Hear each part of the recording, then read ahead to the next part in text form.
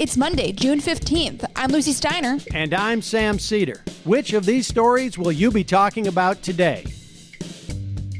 In Atlanta, a police officer shot and killed Rayshard Brooks, who fell asleep in his car in a Wendy's drive-thru on Friday night, touching off another round of furious protests across the city, despite some promising steps to reform around the country. Meanwhile, coronavirus cases are on the rise in 22 states, as the disease's first wave never really ended in many states. And lastly, amidst national unrest, the Trump administration continued its assault on vulnerable Americans, scrapping Obama-era non-discrimination protections for trans and non-binary people, non-English speakers, and people seeking abortions. You are listening to Majority FM's AM Quickie, and these are the stories you need to know.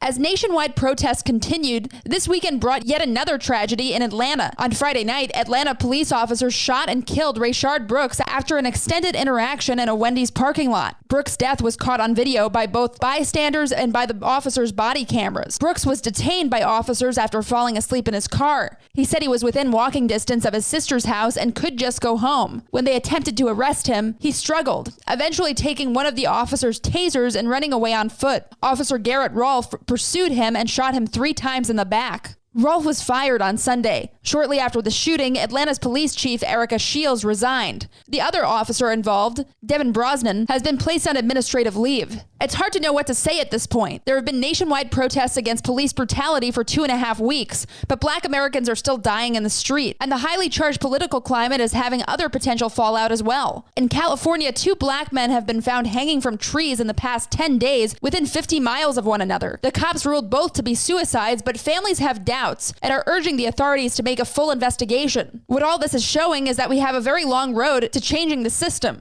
Still, there are baby steps of progress already. In San Francisco, for instance, Mayor London Breed announced that police officers will be replaced with trained social workers for non-criminal emergency calls. This is one part of the big change that many advocates say needs to happen before everyone in our country is free. Stop sending people with a gun to address situations that don't call for violence. We can only hope that more cities follow suit. Meanwhile, the country's other crisis is starting to get worse. The CDC reports that the coronavirus death toll could be as high as 140,000 by July 4th, according to the New York Times. The rate of infection is rising in 22 states, staying level in 8, and decreasing in the rest. CDC officials say the spikes are caused by states opening up too early in many cases. While the news cycle has shifted to cover the vital protest movement sweeping the streets, the coronavirus is still ripping through many communities. In New York City, where things were looking up, Governor Cuomo is now threatening to slow the next phase of his reopening plan if people aren't careful about masks and social distancing. What's interesting is CDC experts say the risk of spreading the disease is less at an outdoor protest where most attendees are masked than at, say, an indoor Trump rally where no one is required to have a mask. And sure enough, Trump is making everyone who shows up at his June 19th rally sign a waiver that says they won't sue if they get the disease. All of these signs point to the disease continuing to disrupt us on a major scale for months on end. Hey, Majority.fm's AM Quickie is fueled by JustCoffee.coop. Just Coffee is a worker-owned coffee roaster based in Madison, Wisconsin that has sponsored the Majority Report for nearly a decade. Check out their collection of fair trade roasts, including our own Majority Report blend. And regardless of what you order, receive 10% off of your order when you use the code MAJORITY at checkout. All shipping, of course, is free. That's coupon code MAJORITY at justcoffee.coop.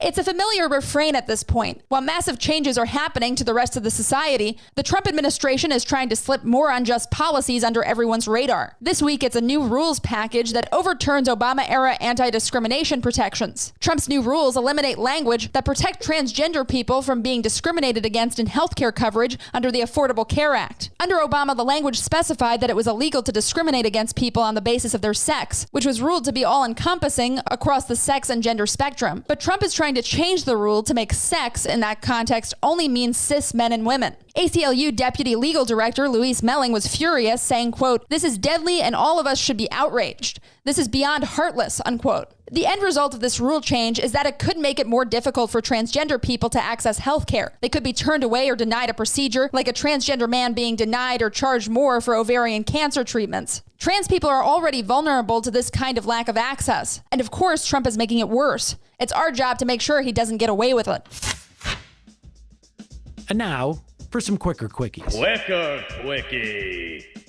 The New York Times endorsed Jamal Bowman, the middle school principal challenging entrenched dinosaur Elliot Engel, for the Democratic nomination in New York's 16th congressional district. The Times endorsement is the latest high-profile win for the progressive Bowman, who has also picked up the support of Bernie Sanders, AOC, and New York City public advocate Jumaane Williams.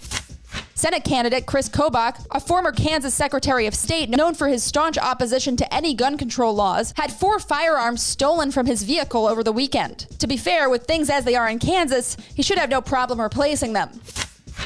Denver Riggleman, a freshman representative from Virginia, appears to have lost his seat in the primary election to Bob Good, a strict, quote, biblical conservative who blasted Riggleman over officiating a same-sex marriage. The upset may be a boon to Democrats, however, as Good neglected to correctly file the paperwork to appear on the November general election ballot. He may still get on it, but it's clear the Bible basher isn't running the tightest ship in the game.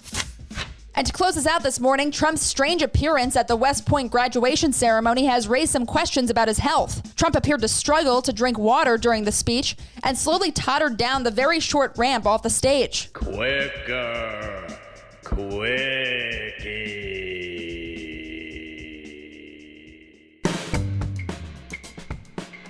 That's all for the Majority Report's AM Quickie today. Stay tuned for the full show with Sam this afternoon.